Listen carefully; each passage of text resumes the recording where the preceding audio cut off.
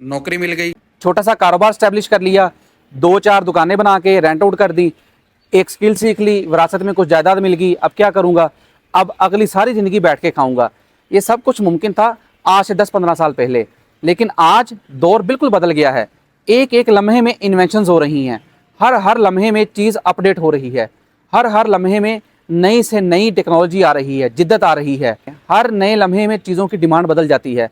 आप social media पे video देख रहे हों, हर 2 सेकंड बाद आप नई चीज़ देखना पसंद करते हैं। साल में मोबाइल कंपनीज़ अपने मोबाइल फ़ोन्स के नए नए मॉडल लॉन्च करती हैं। ऑटोमोबाइल कंपनीज़ हर 2-4 साल में अपनी गाड़ी की नई नई जनरेशन लॉन्च करती हैं।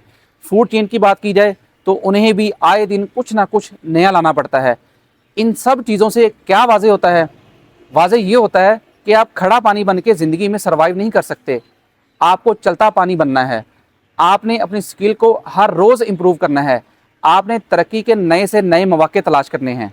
एक चीज़ शुरू करके उसे अच्छे से अच्छे कामयाब करके उसे ऑटोमेट करके नई चीज़ों को एक्सप्लोर करना है।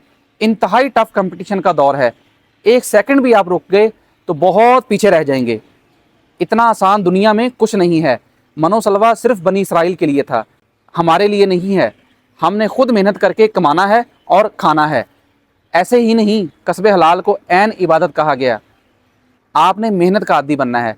बैठ के तो आपको वालिदैन भी बस एक उम्र तक खिलाते हैं। जब आप अपने जहन को मुसलसल मेहनत पे आमादा कर लेंगे, तब से आपकी कामयाबी शुरू हो जाएगी। अगर वाकई आपको इससे कुछ सीखने को मिला तो अपने प्यारों से इसको लाजमी शेयर कीजिएगा।